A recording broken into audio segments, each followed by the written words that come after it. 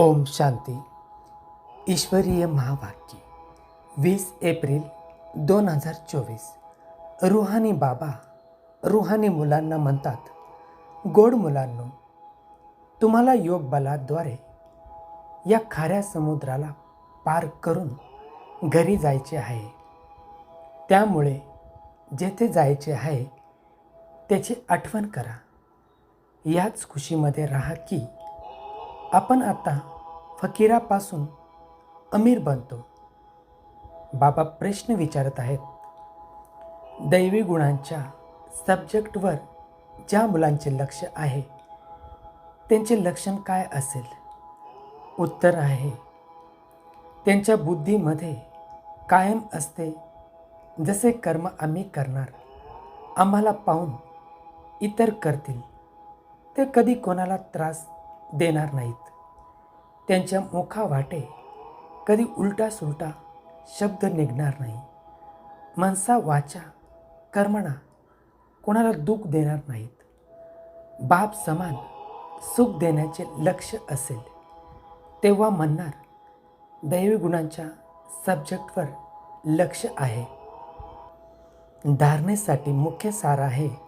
पहिली पॉईंट आहे, अनेकांचे आशीर्वाद मिळविण्यासाठी कल्याणकारी बनायचे आहे.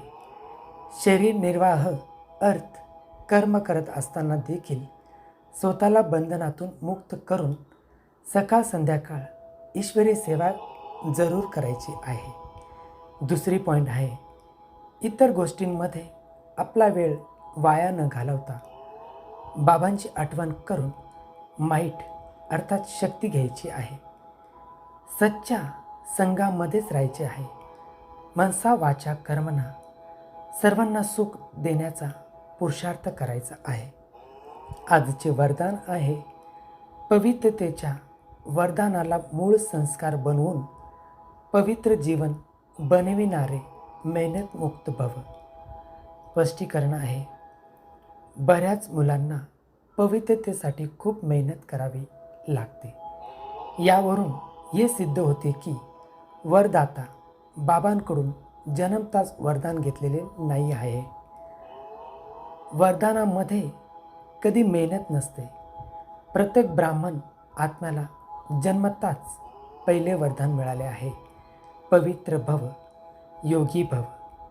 ज्याप्रमाणे जन्मताच संस्कार खूप पक्के असतात, तर पवित्रता ब्राह्मण जन्माचा आदी संस्कार मूळ संस्कार आहे. याच स्मृतीद्वारे पवित्र जीवन बनवा, मेहनतीपासून मुक्त बना. आजचे स्लोगन आहे, ट्रस्टी तो आहे ज्यांच्यामध्ये सेवेची शुद्ध भावना आहे. ट्रस्टी तो आहे ज्यांच्यामध्ये सेवेची शुद्ध भावना आहे.